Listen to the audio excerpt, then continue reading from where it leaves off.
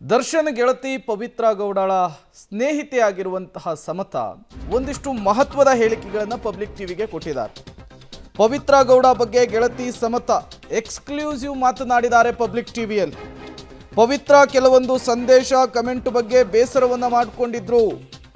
Cyber ಪೊಲೀಸರಿಗೆ ದೂರನ್ನು ಕೊಡಲಿಕ್ಕೂ ಕೂಡ ನಾವಿಬ್ಬರು ನಿರ್ಧರಿಸಿದ್ವಿ. ಕಾರಣಾಂತರಗಳಿಂದ ದೂರನ್ನ ಕೊಡೋದಕ್ಕೆ ಆಗಿರಲಿಲ್ಲ. ರೇಣುಕಾಸ್ವಾಮಿ ಚಾಟಿಂಗ್ ಬಗ್ಗೆ ದರ್ಶನ್ಗೆ ಪವಿತ್ರ ಗೌಡ ಹೇಳಿರಲಿಲ್ಲ.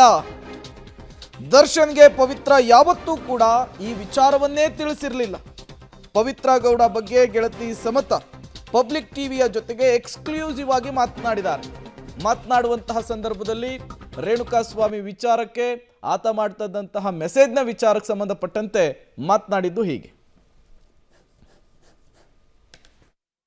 ರೇಣುಕಾಸ್ವಾಮಿ ಕೊಲೆ ಪ್ರಕರಣದಲ್ಲಿ ಪ್ರಮುಖ ಆರೋಪಿಯಾಗಿರುವಂಥ ಪವಿತ್ರ ಗೌಡ ಅವರು ಪರಪ್ನಗರ ಜೈಲಿಗೆ ಹೋಗಿದ್ರು. ನಂತರದಲ್ಲಿ ಈಗ ಬಿಡುಗಡೆ ಕೂಡ ಆಗಿರುವಂಥದ್ದು. ಆದರೆ ಪವಿತ್ರ ಗೌಡಗೆ ತೀರಾ ಆಪ್ತೆ ಅನ್ಸ್ಕೊಂಡಿರುವಂಥ ಸಮತಾ ಈಗ ನಮ್ಮ ಜೊತೆ ಇದ್ದಾರೆ. ಈ ಸಂಬಂಧಪಟ್ಟಾಗಿ ಅವ್ರನ್ನೂ ಕೂಡ ಮಾತಾಡ್ಸೋಣ.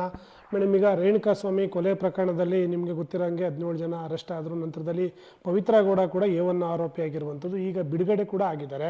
ನೀವಿಬ್ಬರು ತುಂಬ ಕ್ಲೋಸ್ ಅನ್ನೋದು ಆವಾಗಿದ್ದಂಥ ಮಾಹಿತಿ. ಮೊದಲಿಗೆ ಪವಿತ್ರ ಗೌಡ ನಿಮ್ಮ ಫ್ರೆಂಡ್ಶಿಪ್ ಯಾವತ್ತಿಂದ ಮೇಡಮ್? ಈಗ ಮತ್ತು ಈ ಕೊಲೆ ಪ್ರಕರಣ ಸಂಬಂಧಪಟ್ಟಾಗಿ ನಿಮ್ಗೆ ಏನಾದರೂ ಮುಂಚೆನೇ ಹೇಳ್ಕೊಂಡಿದ್ರೆ ಹೇಗೆ? ಇಲ್ಲ ಸರ್, ಈ ಪ್ರಕರಣದ ಬಗ್ಗೆ ಏನೂ ಹೇಳ್ಕೊಂಡಿಲ್ಲ ಅವರು.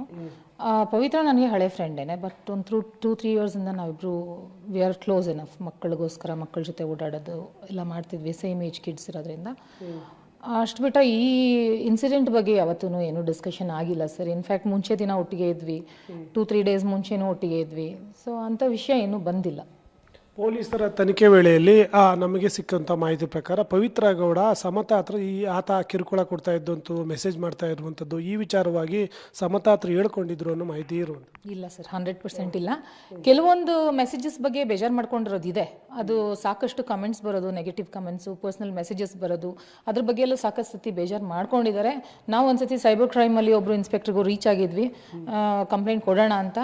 ಏನೋ ಒಂದು ಕಾರಣಾಂತರದಿಂದ ಹೋಗೋಕ್ಕಾಗಲಿಲ್ಲ. ಅಷ್ಟೊತ್ತಿಗೆ ಈ ಥರ ಇನ್ಸಿಡೆಂಟ್ ಆಗೋಯ್ತು ಸರ್. ಯಾವಾಗ ನೀವು ಸೈಬರ್ ಕ್ರೈಮ್ಗೆ ಹೋಗಬೇಕು ಅಂತ ಅನ್ಕೊಂಡಿದ್ದು ಆ ಟೈಮಲ್ಲಿ? ಅಂದರೆ ಜೂನ್? ಇಲ್ಲ ಸರ್, ನಾವು ಒಂದು 2-3 ಮಂತ್ಸಿಂದನೇ ಅನ್ಕೋತಿದ್ವಿ. ಬಿಕಾಸ್ ಟೂ ಮೆನಿ ಕಮೆಂಟ್ಸ್ ಬರೋದು, ನೀವೇನೇ ನೋಡ್ಬೋದು ಪವಿತ್ರ ಅವ್ರ ಅಕೌಂಟ್ ಓಪನ್ ಮಾಡಿದ್ರೆ. ಆಮೇಲೆ ಪರ್ಸ್ನಲಿ ತುಂಬ ಮೆಸೇಜಸ್ ಬರೋದು, ತುಂಬ ಕೆಟ್ಟದಾಗಿ, ತುಂಬ ವಿಕೃತವಾಗಿ ಕಳಿಸೋರು. ನಾನು ಅವಳಿಗೆ ಯಾವಾಗಲೂ ಹೇಳ್ತಿದ್ದಿದ್ದು ಒಂದೇ, ಸಾಕಷ್ಟು ವಿಕೃತ ಮನಸ್ಥಿತಿಯವರು ಇದ್ದಾರೆ, ಅದು ಅವ್ರ ಆ್ಯಟಿಟ್ಯೂಡು, ಅವ್ರ ಪರ್ಸ್ನಾಲಿಟಿ ತೋರಿಸುತ್ತೆ, ಬೇಜಾರು ಮಾಡ್ಕೋಬೇಡ ಅಂತ ಹೇಳಿ ಧೈರ್ಯ ತುಂಬ್ತಿದ್ದೆ. ಅವರು ಹಾಗೇ ಇದ್ದರು. ಬಟ್ ಈ ಇನ್ಸಿಡೆಂಟ್ ಏನಕ್ಕಾಯಿತು ಅಂತ ಇವತ್ತಿಗೂ ಇದ್ದು ಪ್ರಶ್ನೆ ಆಗಿದೆ. ಈಗ ಪದೇ ಪದೇ ರೇಣುಕಾಸ್ವಾಮಿ ಮೆಸೇಜ್ ಮಾಡ್ತಿದ್ರು, ಈ ವಿಚಾರವನ್ನು ನಿಮ್ಮ ಹತ್ರ ಹೇಳ್ಕೊಂಡಿದ್ರು, ದರ್ಶನ್ ಹತ್ರ ಹೇಳ್ಕೊಂಡಿದ್ರು ಆ ಸಂದರ್ಭ? ಸರ್, ಪರ್ಟಿಕ್ಯುಲರ್ಲಿ ಈ ವ್ಯಕ್ತಿ ಬಗ್ಗೆ ಯಾವತ್ತೂ ಹೇಳಿಲ್ಲ ಸರ್. ಇಂಥ ಒಂದು ವ್ಯಕ್ತಿ ಹಿಂಗೆ ಮೆಸೇಜ್ ಮಾಡ್ತಿದ್ದಾರೆ ಅಂತ ಯಾವತ್ತೂ ಹೇಳಿಲ್ಲ. ಸಾಕಷ್ಟು ಮೆಸೇಜಸ್ ಬರೋದು, ಎಲ್ಲ ಮೆಸೇಜಸ್ ಬಗ್ಗೆ ಬೇಜಾರು ಮಾಡ್ಕೊಳ್ಳೋರು ಅಷ್ಟೇ, ಬಿಟ್ಟರೆ ಏನೂ ಇಲ್ಲ. ಆ್ಯಂಡ್ ಅಣ್ಣನಿಗೆ ಯಾವತ್ತೂ ಪವಿತ್ರ ಏನೂ ಡೈರೆಕ್ಟಾಗಿ ವಿಷಯಗಳು ಹೇಳಲ್ಲ. ಅಂದರೆ ಇಂಥ ವಿಚಾರಗಳೇನು ಹೇಳಲಿಕ್ಕೆ ಹೋಗಲ್ಲ ನನಗೆ ಗೊತ್ತಿದ್ದ ಮಟ್ಟಿಗೆ. ಬಟ್ ಅವ್ರ ಪರ್ಸ್ನಲ್ ಏನಿತ್ತು ನನಗೆ ಗೊತ್ತಿಲ್ಲ ಸರ್. ಮತ್ತು ಯಾವಾಗ ದರ್ಶನ್ಗೆ ಈ ವಿಚಾರ ಗೊತ್ತಾಯಿತು, ಆ ರೇಣುಕಾಸ್ವಾಮಿ ಮೆಸೇಜ್ ಮಾಡ್ತಿದ್ದಾನೆ ಅನ್ನೋ ವಿಚಾರ? ಸರ್, ಅದ್ರ ಬಗ್ಗೆ ನನಗೆ ಮಾಹಿತಿ ಇಲ್ಲ. ನಾನು ಟಿ ವಿಲೇ ನೋಡಿದ್ದು, ಪವನಿಂದ ಗೊತ್ತಾಯಿತು ಅನ್ನೋದು. ಬಟ್ ಪರ್ಸ್ನಲಿ ನನಗೆ ಅದ್ರ ಬಗ್ಗೆ ಡಿಸ್ಕಷನ್ ಆಗಿಲ್ಲ. ಪವಿತ್ರ ಗೌಡಳೆ ದರ್ಶನ್ಗೆ ರೇಣುಕಾಸ್ವಾಮಿ ಬಗ್ಗೆ ಹೇಳಿದ್ದು, ಹಾಗಾಗಿ ದರ್ಶನ್ ಅಟ್ಯಾಕ್ ಮಾಡಿದ್ದು ಅವೆಲ್ಲ ಆಗಿದ್ದು ಅಂಥೇಳಿ ಪೊಲೀಸರು ಪ್ರಕರಣದ A1 ಆರೋಪಿಯನ್ನಾಗಿ ಪವಿತ್ರ ಅವಳನ್ನು ರೇಣುಕಾಸ್ವಾಮಿ ಹತ್ಯೆ ಕೇಸ್ನಲ್ಲಿ ಮಾಡಿದರು. ಬಟ್ ಈಗ ಪವಿತ್ರ ಗೌಡ ಸ್ನೇಹಿತೆ, ಅವರ ಅತ್ಯಂತ ಹತ್ತಿರದಿಂದ ಬಲ್ಲಂತಹ ಸಮತಾ ಹೇಳ್ತಾ ಇರುವಂಥದ್ದು, ದರ್ಶನ್ಗೆ ಆ ವಿಚಾರವೇ ಗೊತ್ತಿರಲಿಲ್ಲ ಅನ್ನೋದನ್ನು ಸ್ಪಷ್ಟಪಡಿಸ್ತಾ ಇದ್ದಾರೆ.